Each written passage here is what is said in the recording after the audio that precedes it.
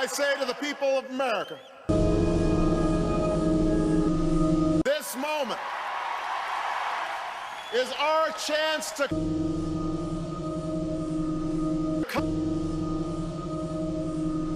enough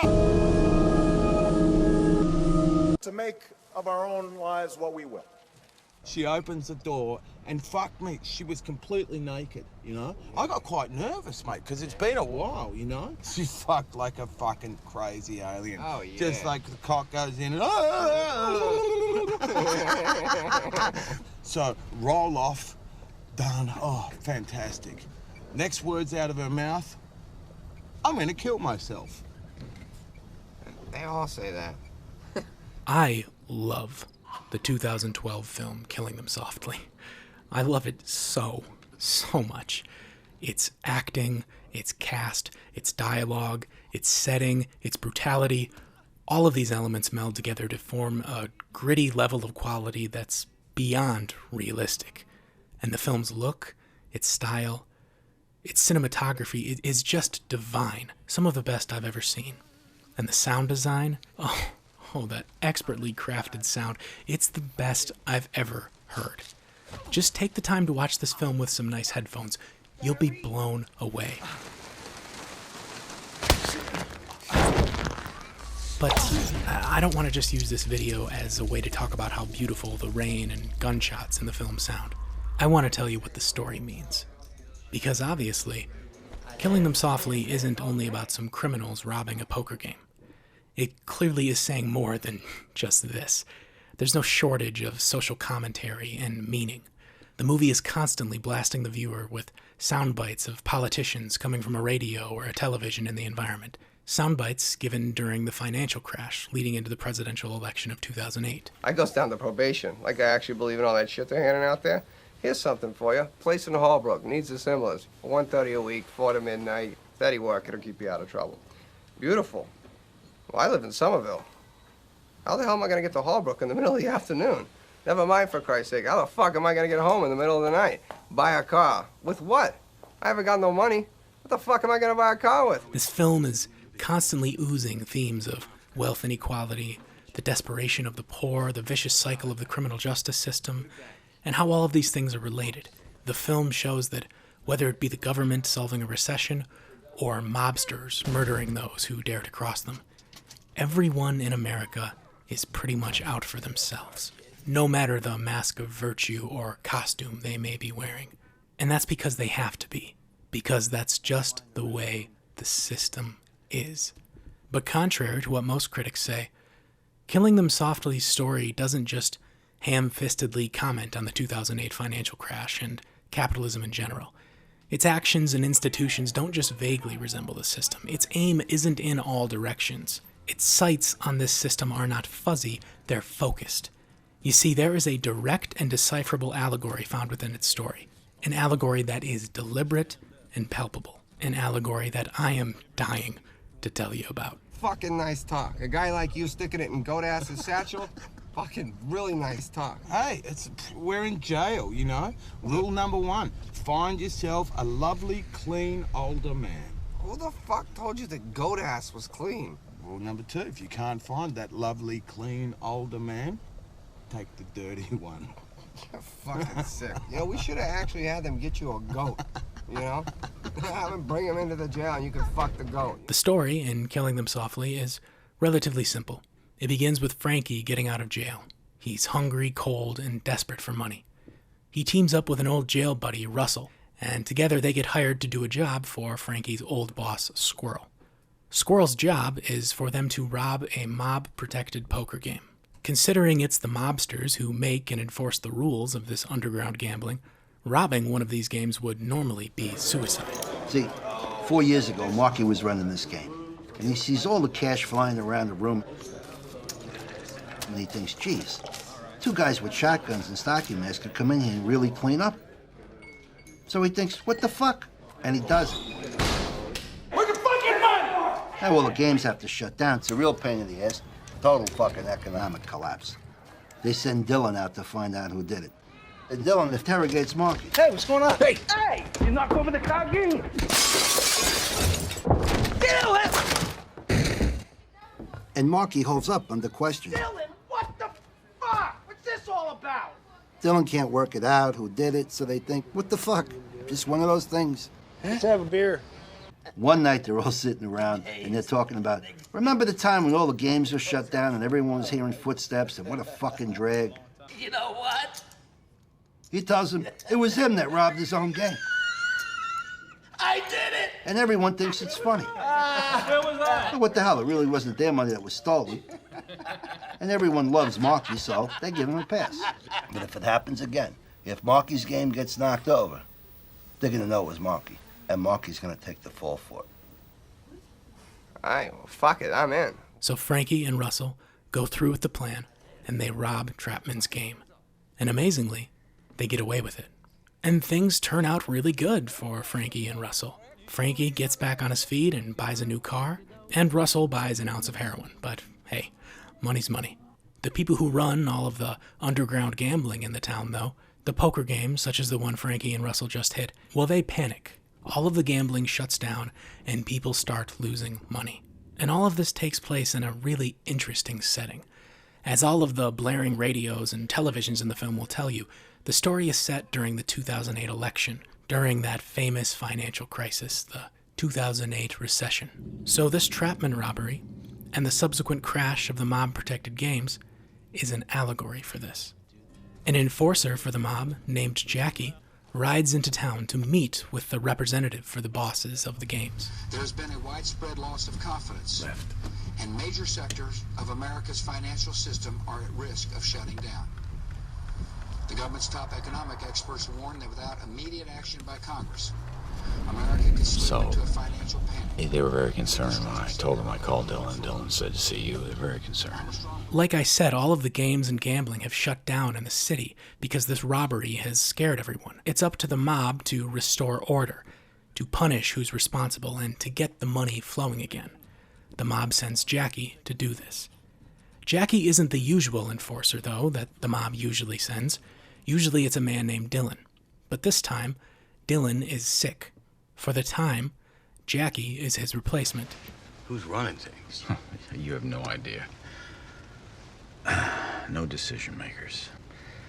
I gotta take them by the hand, and I gotta walk them slowly through it like they're retarded children. What is it, committee? Total corporate mentality. Allegorically speaking, the bosses and everyone running the underground gambling in the city represent Wall Street, while Jackie, the enforcer, and the mobsters who sent him represent the U.S. government.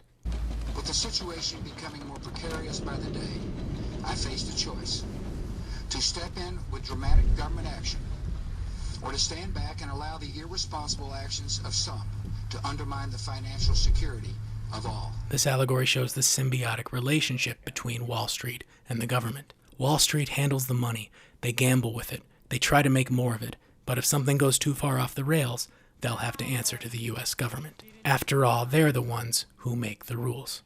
Jackie's first order of business is to interrogate Marky Trapman, to see if he would actually be stupid enough to rob his own game twice. They believe that he didn't rob his game again and that someone else is doing what Squirrel and Frankie and Russell are doing, but they need to find out who. They know it isn't Trapman, but that doesn't really get them any closer to solving who's behind the robbery.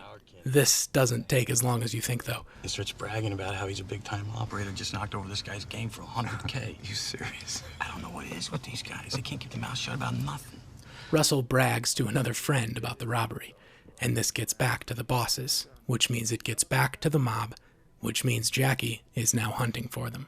And Jackie hunting down those who broke the rules, such as Russell or Frankie, is sort of like the feds throwing Wall Street cheaters in jail for white-collar crimes. Talk to Dylan. We both think now. Okay. Whack Trapman, get the game started up. Trapman? What brings Trapman into this? It's his responsibility. He did it before, and now it happened again. So he's responsible for what guys think. On the street, it's Trapman. Nothing but Trapman. Look, there's no two ways about it, counselor. Trapman's got to be hit. In terms of who's actually going to be doing these murders, Jackie says he will kill Trapman himself. But for those who are actually involved, the three others, Squirrel and Russell and Frankie, he enlists the help of Mickey, an older generation mobster who's been in the game far longer than him. someone with a talent for enforcing and all of the dirty things that come along with it. So Mickey is flown into town with the task of killing Kenny and Russell. But Mickey is not his old self. He's an angry alcoholic. He's unconfident and unpredictable. Later that night, Jackie kills Trapman. And I guess this scene right here is a good time to note that throughout this movie, it's constantly raining. Now, rain can represent many things in movies. This could represent the storm both Wall Street and the characters in the story find themselves in. And also, 2008 was a bad hurricane season, so there's that. This film is realistic even down to the weather. A few days later, Mickey still hasn't made any progress on hunting down Kenny and Russell. All he's done is drink and get prostitutes. There's $283 in there, okay? When I get up, I want to see $183 in there. You got that? Okay. No tip? No tip. You're the original sport. Fuck her. You want a tip, honey? I'll give you a tip. You put the condom on with your mouth, and you stop acting like your anus is a national treasure. You're a fucking hooker, for Christ's sake. When Jackie tries to motivate him, Mickey lashes out. Jackie realizes Mickey is in no shape to actually play a part in what he's trying to do and decides to deal with the targets himself. Russell is arrested for his heroin, so that's one target off the board. Get off my block, bitch! This is my block! I run this motherfucking block! Get off my block! What you gonna do? What you gonna do? I'm out here! I'm from this shit! I run this shit! What you gonna do, homie? Get off my fucking block, man! Get off my block! Our eye now is to the future. To shine the bright light of accountability. Can I get you a bud? Jackie then tracks down Kenny to a bar.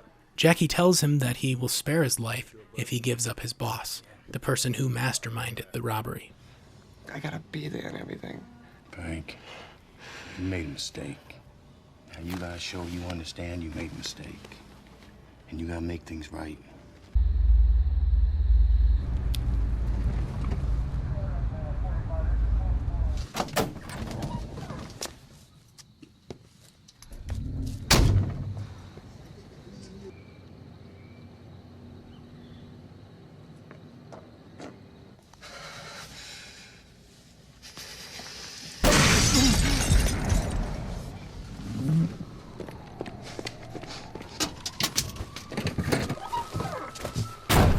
Start, kid.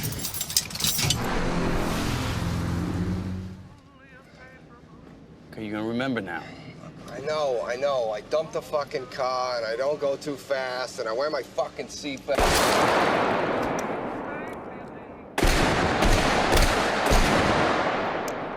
The games and the gambling start back up, and everything goes back to how things were. That night is the night of the election. Jackie meets with the gambling boss's representatives at a bar to be paid for all of his work. Jackie is given 10 grand for each kill, but he wants 15. The price is 15. Dylan charges 10. Dylan's dead. Dylan died this morning. Meaning Jackie is no longer filling in. He is Dylan's permanent replacement. Jackie is now in charge, meaning the prices have raised. And reaffirm that fundamental truth that out of many we are one. You hear that line? Line's for you. In the allegory here, Jackie is Obama. His boss before him, Dylan, could be seen as George Bush. Let's have a beer. Leading up to Jackie's transition of power, the system crashed, meaning Jackie was left to solve it. And of course, seeing as Jackie is representative of Obama, a Democrat, his protection prices, or I guess allegorically speaking, the taxes, are a little higher. You know, I haven't had a real piece of ass since Florida. Sonny. Yeah. You probably fucked her too, didn't you, after I left? Mickey, when me and Dylan got there, she was with you. How the fuck am I gonna do that? I don't know. I don't know why I care about this. I mean, you know, I know when I'm there, she's with me. And when I leave, and you're there, she's with you. She wasn't with me. Mickey is one of the characters in the story where I'm not completely sure who or what he's supposed to represent. I think he's meant to represent the old establishment of government, whereas Jackie is the new guy. He's about the change. So maybe Mickey could be seen as a Joe Biden, Obama's chosen running mate. Or maybe Mickey is Hillary Clinton. She thought her seniority was enough to get the job done, but she only ended up looking bitter and jealous of the hot new kid on the block. The hot new kid who ended up doing exactly what needed to be done, far better than she ever could have. That fundamental truth that out of many we are one. You hear that line? Line's for you. Don't make me laugh. We're one people. It's a myth created by Thomas Jefferson. Oh, now you never go with Jefferson, huh? My friend, Jefferson's an American saint because he wrote the words, all men are created equal. Words he clearly didn't believe since he allowed his own children to live in slavery. He was a rich wine snob who was sick of paying taxes to the Brits. So yeah, he wrote some lovely words and aroused the rabble, and they went out and died for those words, while he sat back and drank his wine and fucked his slave girl. This guy wants to tell me we're living in a community. Don't make me laugh. I'm living in America, and in America, you're on your own. America's not a country. It's just a business. Now fucking pay me. Now, critics claim the movie and its allegory, what it means is too obvious. The allegory is too on the nose. But I don't think so. I just think that these critics can't stomach the idea of critiquing Obama. If this film were allegorical to something that critiques Republicans, then they would love it. But critiquing a Democrat? Oh no, never. But honestly, it doesn't just critique Democrats. I'm not even sure if critique is the right word. I don't know. Maybe these critics just can't admit that Democrats and Republicans are nearly the same and that the promises of their heroes are almost always empty. I mean, the movie isn't really anti-Obama. In fact, I don't really think it's anti-anything. The critics claim that the film's agenda is too obvious, but I disagree. I don't think the film has much of an agenda, in that I don't really think it has a spin. It's not necessarily biased by anything. There isn't anybody who's clearly the good guy or the bad guy. It's simply showing the pieces of the machine in motion. It's showing the facts of the system. Sure, it shows some of the inevitable problems with the system, but it doesn't bog itself down in them. It merely shows how things are and how things probably will always be.